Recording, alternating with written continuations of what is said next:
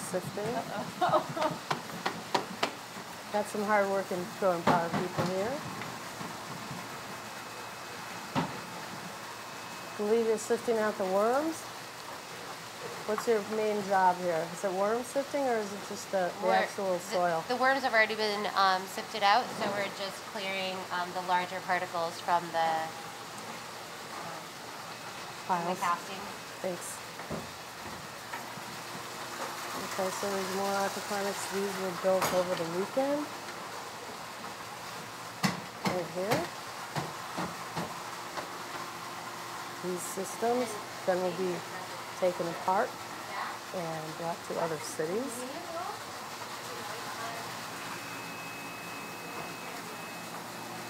Here's more mushroom production.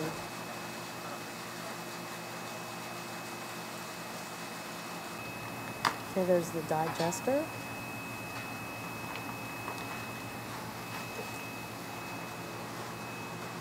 And now we'll go out.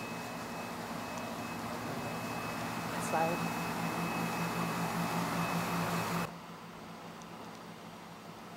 Piles of compost that actually keep the greenhouses warm in the winter. Check out one of the outdoor greenhouses, number 7. They're always changing. Let's see what's going on in here.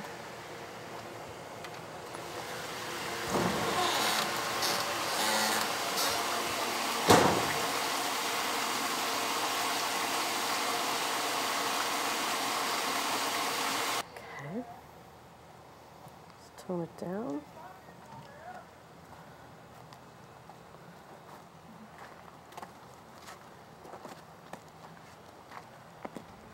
That looks great.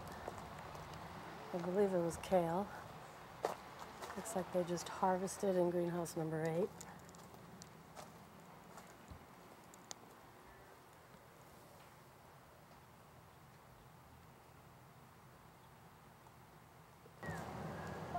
Now it's time to check out some of the animals.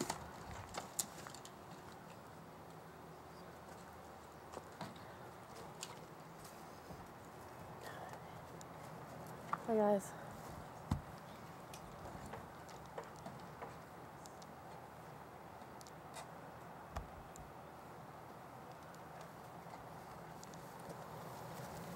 Feeding time.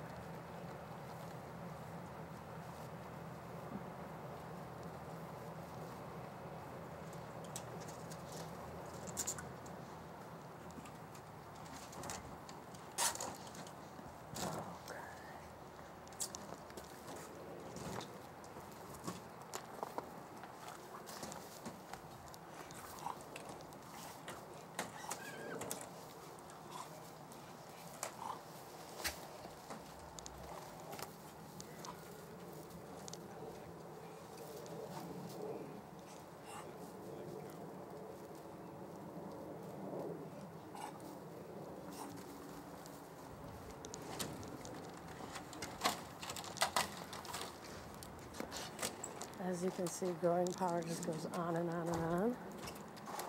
See, it's a number 9.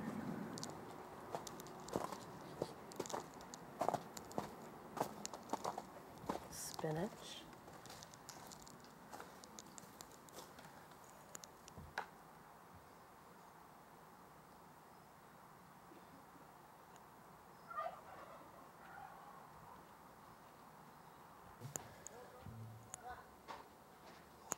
Greenhouse number 10 brings us beautiful kale.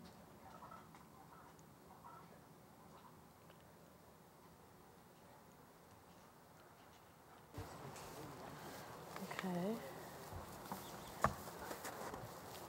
More goats, and way back in the corner we've got bees. Guess I could show you that. I don't think there's any bees right now, but I'll go show you.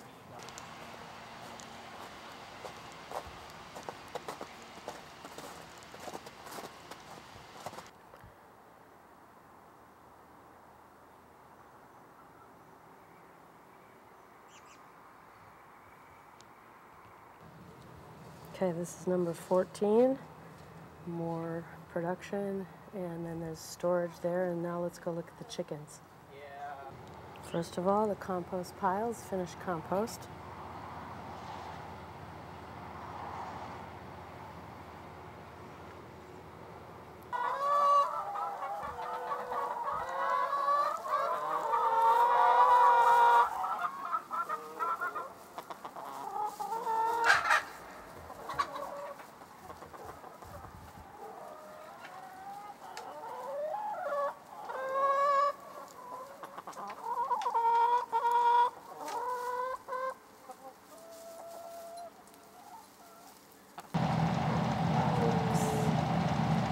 Used to be like one truck.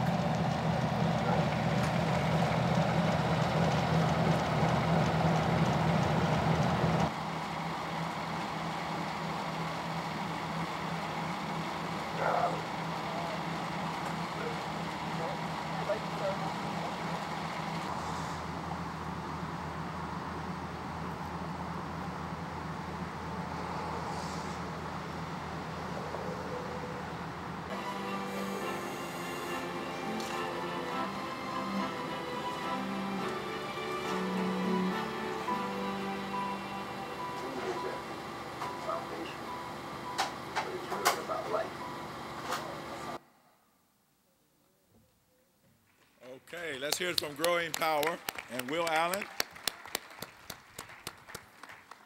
So time is not on our side. We have to really roll. We have a lot more in our program, but time is not on our side. So we're going to move right ahead. Now, we have a special treat.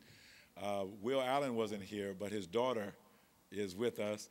And so let's welcome Erica Allen, and she's going to give us some comments, and she will make herself available after the session to field some of your questions. Erica Allen. Good morning, everyone. Thank you. I'm just so honored to be here. Dr. Aleem attended our commercial urban agriculture program last year, and he was just very inspirational and humbled us all with, you know, just his presence and his commitment to the good food movement. I'm the Chicago Projects Manager for Growing Power, so I'm kind of carrying on the tradition that my father has taken up.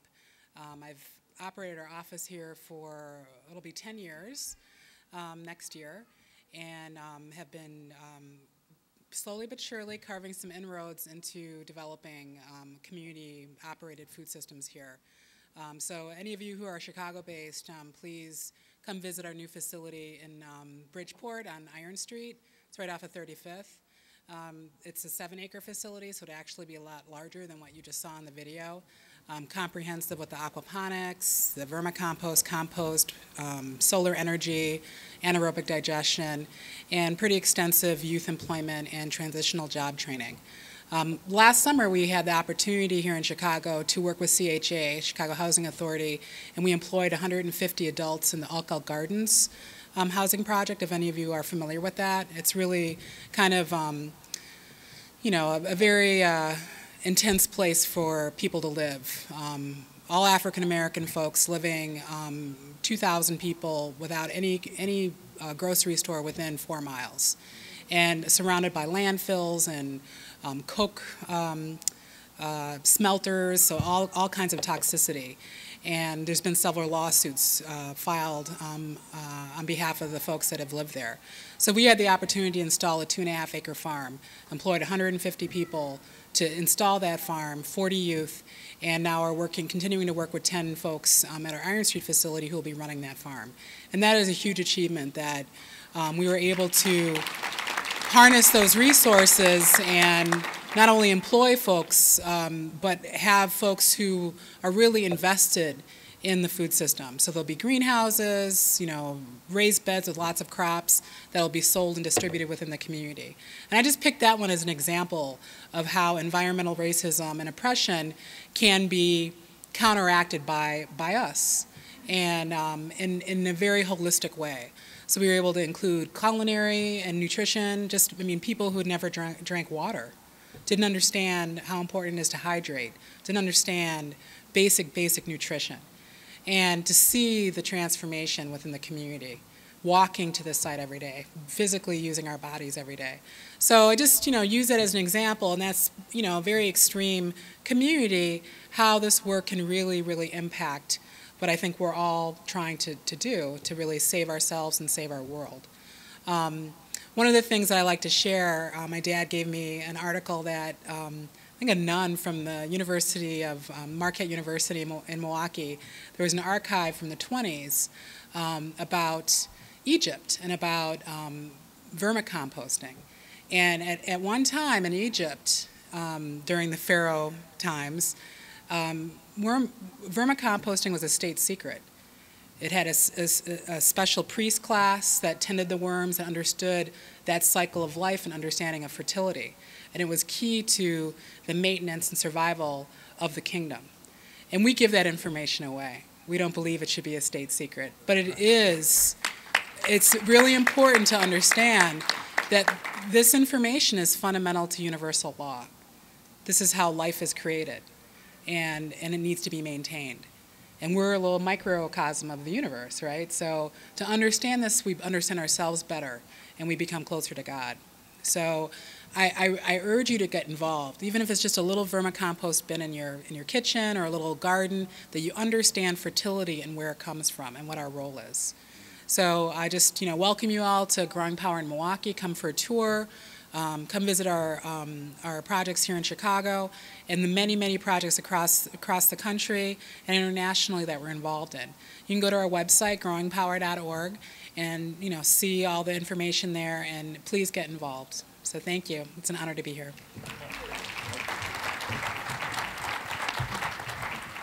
So we thank her for that, and I would request that all of you figure out when you're going to go to Growing Power this year. You saw a video, you heard some words, all that's nice, that helps you understand a little bit, but you will not actually get it until you go there and walk through it and get your hands in that soil and see the plants and see what it's really like and what it feels like, what it smells like. You can get a little glimpse of it downstairs in the exhibit hall with the hoop house there. Go through there, look at every single detail. Every single detail is important, and you have to learn that. But the main thing that you want to come away with is the idea, I can do that. I can grow my own food. So we're going to move ahead as quickly as we can. Time is not on our side. All of you received something on your seat. Pull that out, please. It's called How to Eat to Live Quick Play Weekly Game Scorecard. What's that all about? Well, it's all about you. If you were playing tennis without a net, what kind of game would that be? You wouldn't even be able to tell how good you're doing, right? So you got to put a little barrier in there, a little difficulty factor, a little competition in there. That's how you tell whether you are doing good or not so good. Okay, so if How to Eat to Live were a game, would you be interested in playing? Yeah, I hope so. Because whether you are interested in playing the game of life or not, you're in it. And guess what? You have 3 worthy opponents. One is called disability, disease, and then the superstar of them all is called death. And they're playing against you hard. So you better know that you're in a game, and what you do determines whether you win or lose. So if you win the game of How to Eat to Live, what do you get? You get life, and life more abundantly. You get the freedom from sickness and disability, and you can extend your lifespan. That's what you get if you win. What do you get if you lose? Yeah, premature death.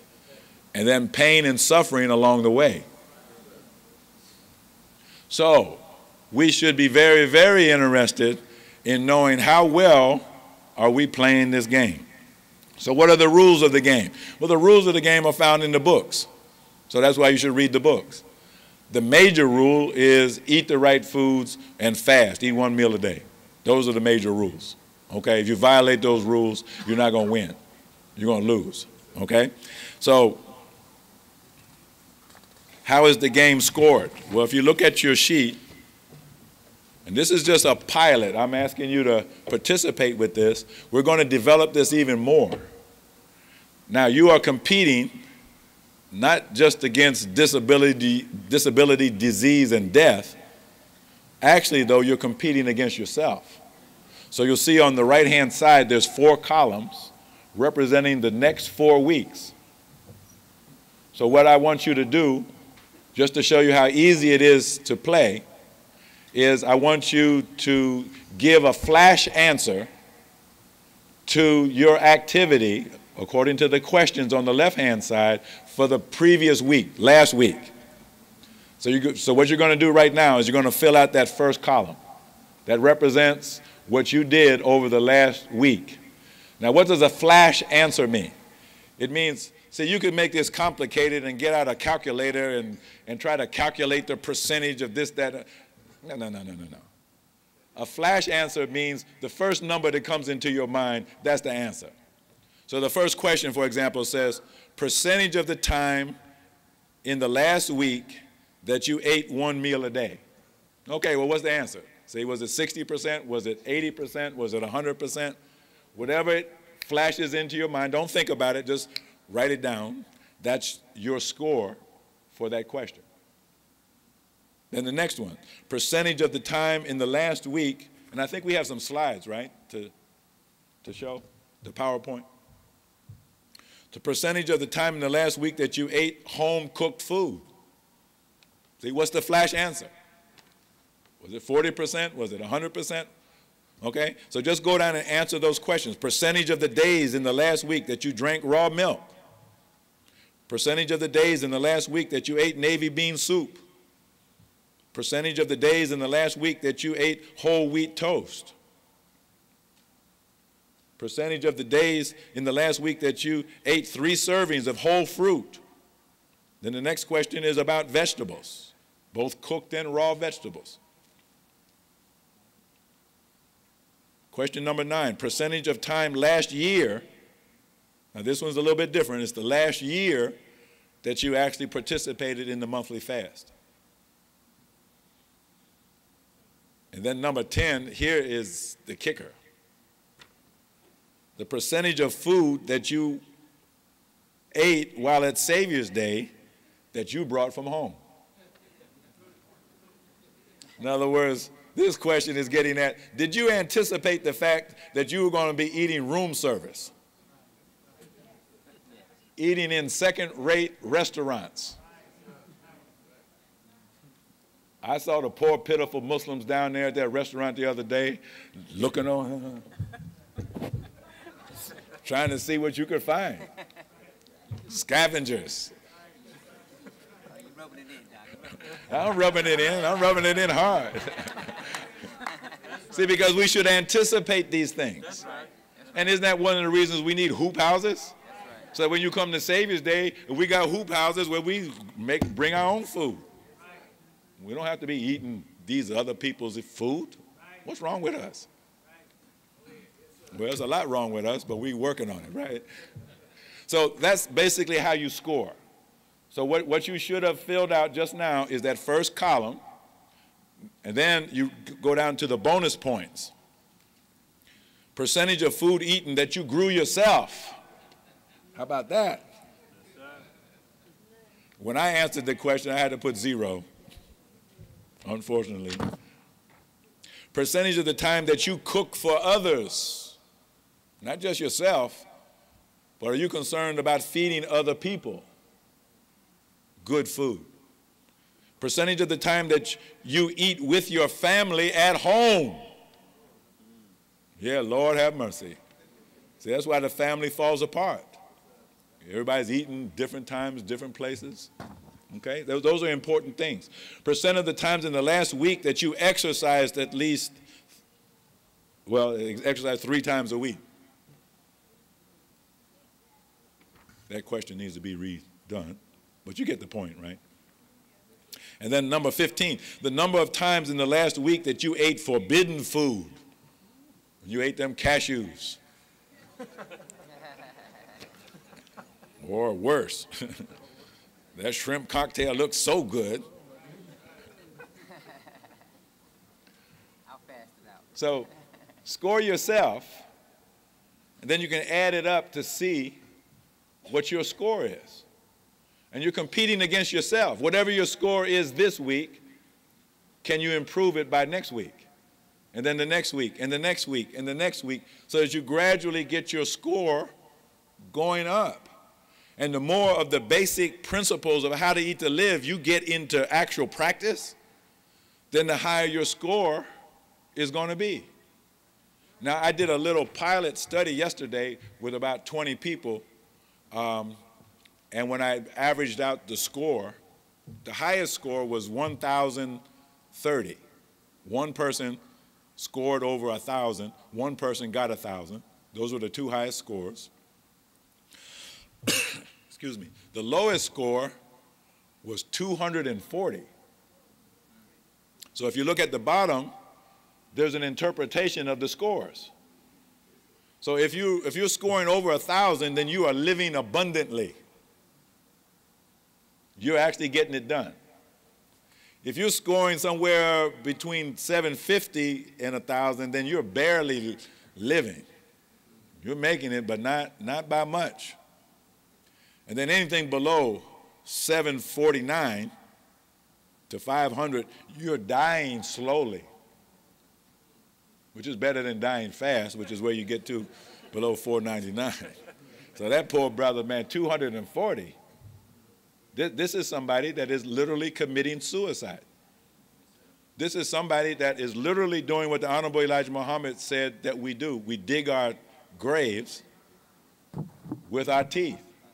Except eating as bad as he's eating, he probably don't even have teeth.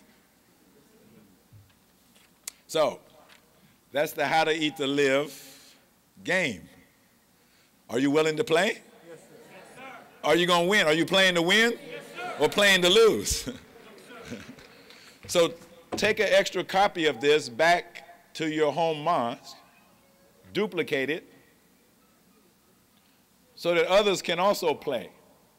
And then you can extend the game so that you could have groups or teams competing against other teams. So you could have the MGT versus the FOI. See who's closest to how to eat to live. You could have mosque number 1 against mosque number 2. You could be all kinds of levels of competition to see who is really putting into practice the principles of how to eat to live. And then when we perfect the game, not only will we be improving our quality of life, we could actually put this into the nation's program. So along with your charity and attendance and everything else, your how to eat to live score goes in. And then we'll be able to see what was the question the Honorable Elijah Muhammad asked? He says, can we survive? How strong is the foundation? Well, the foundation of our life is the food that we eat. So the nation won't survive if you don't survive, and you won't survive if you don't practice how to eat to live. Oh, I forgot to tell you, the average score from the 20 that I did yesterday, the average score was 742. So look on that legend. What does that mean? Dying slowly. So you could say that among us, we're not living, we're in a slow decline, and don't you think we should reverse that? Yes, sir. Okay, so thank you very much, and welcome to the How to Eat to Live game. Now we're going to move along. I want to thank those who helped us to put this on, Brother Dwayne and Brother Malcolm, Brother Asim, Brother Willie, Sister Kelly, Sister Whitney, Sister Erica Muhammad, Brother Julius Muhammad, Brother Jihad, and Brother Hadil, who passed out those flyers. Oh, okay, they're telling me the problem is nutrition is in the back somewhere. That's a book. And I also want to thank Sister Dawn, Sister Wanda, Brother Kevin, Dr. Akili, Dr. Sophia, and Dr. Kermit for their How to Eat to Live conference calls. Have you been attending those? And yeah, they're wonderful. Give them a hand because they do it on a consistent basis. and they deserve that recognition. And also I want to thank Sister Teresa, Sister LaDonna, Brother Dwayne and Brother Rudolph, Brother Adima and Brother Darnell and Brother Nazim for the PowerPoint presentations and all of the things, and even getting the game sheet ready for today's distribution. So give them a hand. Now, the last segment of our program, we want to present to you individuals who are already doing some of what we're talking about. So to my left, we have the cowboy, Brother Kelvin and Brother Durst from Houston, Texas. When I met Brother Kelvin, they had one cow, my girlfriend Tansy. And now I don't know what they're up to. He'll give us a report. But they're actually managing a herd of cows to produce milk for our people. So give them a hand. You're going to hear from them. And then all the way to my right is Brother John Muhammad. Not only did he do the commercial urban agriculture course at Growing Power, but he's my milkman. As you know, I run a clinic, right? And so I put all my patients on raw milk. That's part of their treatment. They can't be a patient of mine if they won't drink the milk. I get rid of them because that lets me know they're not serious.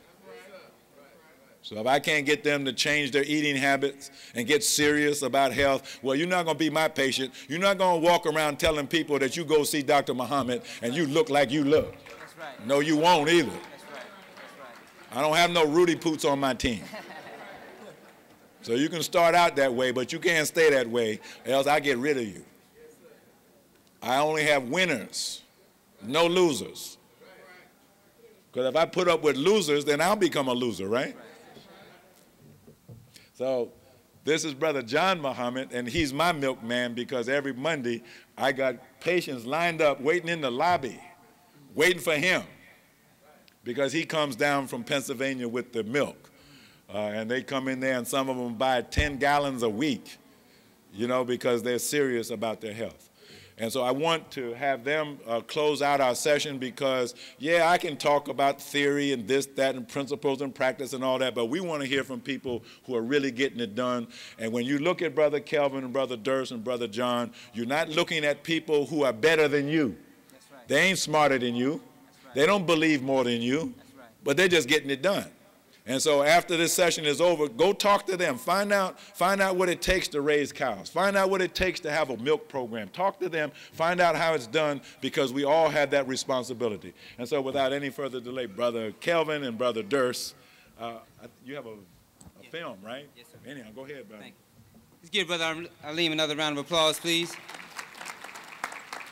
In the name of Allah, the beneficent, the merciful, I bear witness. There's but one God, that through him and with him all things are possible, and I bear witness that Muhammad is indeed his living, his last, and his greatest apostle. We, my brothers and sisters, in the greeting words of peace, assalamu alaikum. Brothers and sisters, I want to do just 2 quick points, and then I want to go to a video to bring some mass to what we're going to be sharing with you this morning. Real quick, the Honorable Elijah Muhammad says, of course, a message to the black man that we, on page 174, economic blueprint, but that we must pool our resources. And our resources is not just money, but it's time, energy, labor, all those necessary things that will give us an opportunity to produce that which we need to produce, which is food, clothing, and shelter. Well, the thing that comes out of the land is the food, clothing, and shelter. We want to concentrate, of course, on the first thing, which is food.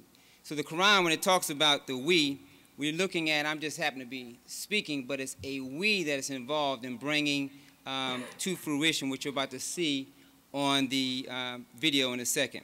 And that is the fact that we understood and knew that if we were to do what's necessary to provide for our own health, that we would have to do it for ourselves. And we could no longer depend on others to do for us what we must do for ourselves. So the Honorable Louis Farrakhan said that the Honorable Elijah Muhammad actually went beyond his assignment. His assignment was just to deliver a word. His mission was to make you and I get up through the word and do something for ourselves. But he went beyond that assignment, and he produced grocery stores, he produced farms, he produced all those things that in truth you and I should produce. And now today, the Honorable Louis Farrakhan, just as in his father's footsteps, is really going on beyond his assignment. But if we are all here saying that we want to help, then we must get up, do the necessary things that will help, and that is to go with one another. As the Honorable Elijah Muhammad said, 6 to 8 of us get together, and pool our resources and then do something for ourselves that, again, that will provide the necessities of life. Final point, and as Brother Aleem said, that you are looking at a person who has I'm an end product user. If anyone knows anything about business or anything, I'm an end product user. In other words, when my wife prepares the food, I go after the end product. I'm not there, and when we go out to the farm, I'm still almost an end product user. But in pooling our resources, because I didn't grow up on a farm, that was not a thought of mine to be, Mr. Green Jeans, but it was a thought that anything that was asked of me to help in this mission, that I would try to do that. And so the quickest way, really, that we can show that we are helping the Honorable Louis Farrakhan is to get up and to do something, pool our resources, and in a few seconds you're going to see on the thing what we did. There's a couple brothers here, because as the Quran says, it talks about Brother Aleem mentioned Dr. Keeley, and I see Brother Danny. The brothers who are helping with the farm, I think they're here, but we also have another workshop downstairs. Will you please stand? I would like to acknowledge those brothers who are in Houston and providing that thing. One final point, and we'll go to the thing. Brothers and sisters, the quickest way that we really can show that the Honorable Elijah Muhammad met with God is really to practice how to live. And to try it, when I say try it, tell the lost founds to try it for just 30 days. And in 30 days, whatever they can't get to the spiritual part or they can't get their studies together, in 30 days it will feel better. They will look different. They will feel different. And even on the spiritual sense, they will feel what the scriptures talks about, to be persecuted for really no reason at all, because when they look different, when they feel different, when they start abstaining from pork or some other things, and then people will tell them, what is wrong with you? And then now they will feel and have the witness bearing of what the scripture said, that you will be persecuted for no reason at all and for following me. So if we convince people to follow how I need to live, then we'll convince people at the very minimum to open their mind up to that the Most Honorable Elijah Muhammad met with God. It's on the cover. If they can't read, then maybe if they practice it, they'll do it. So at this time, we would like to go to the video, and you'll see a video of Pure Farms and what we are doing in Houston. Then we'll hear from, as we affectionately call him, the farmer, Brother Kelvin.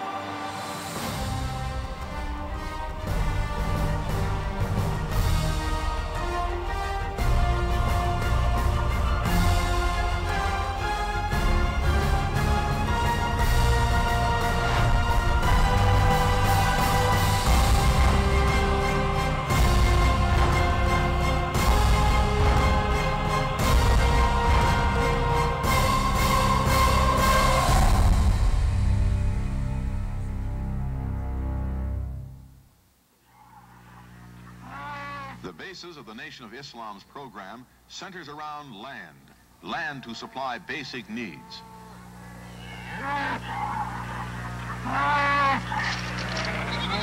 3 hours from Chicago in Cassopolis, Michigan, is a typical Muslim farm operation managed by Brother Cornelius X. Williams.